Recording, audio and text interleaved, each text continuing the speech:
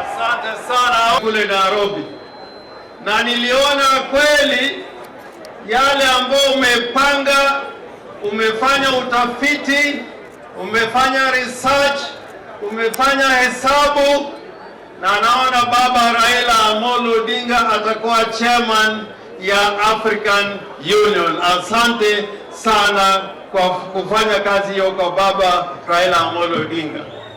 Ya pili ni ya Bwana Mbadi. Ya Bwana Mbadi. Ya Bwana Mbadi. Ya Bwana Mbadi.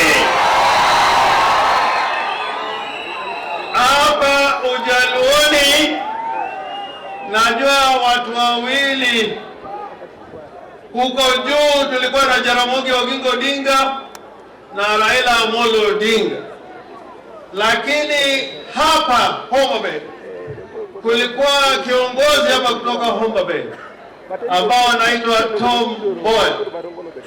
Na Tom Mboya ukiangalia yale alisema kwa bunge, yale alizungumza popote alienda, kwa mambo ya uchumi na mambo ya sheria, ukiangalia hizo dosari utajua ya kwamba kwa kweli ule waziri wa kwanza tungekuwa nayo finance na planning angekuwa Tom Mboya. Lakini sasa tumepata mwingine, na naomba kila mtu asione hivi hivi ya kwamba Rais Ruto amefanya kutafuta mtu kwa kubahatisha.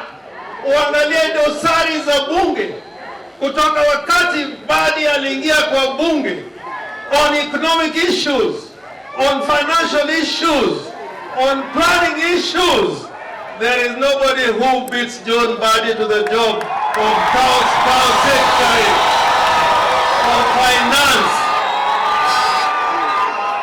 Ninaomba rais na kuomba, na Mbadi amesema yale atafanya kwa mambo ya ushuru ya kodi, mambo ya kwenda maendeleo, kupata pesa ya maendeleo.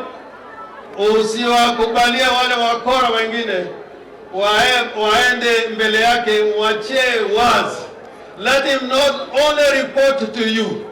I beg you, let Mbadi only report to you and a good job will be done. Ya mwisho, ile unafanya unatimiza constitution ya Kenya. Rais is the defender of the constitution. So when you go all over Kenya, you are demonstrating that the constitution of Kenya can work. And we invite you everywhere. And you have started with Migori. Today you are in Homa Bay. Tomorrow you are in Siaya. And the icing of the cake will be in Kisumu. Joe Tura, oye! Joy, joy, joy!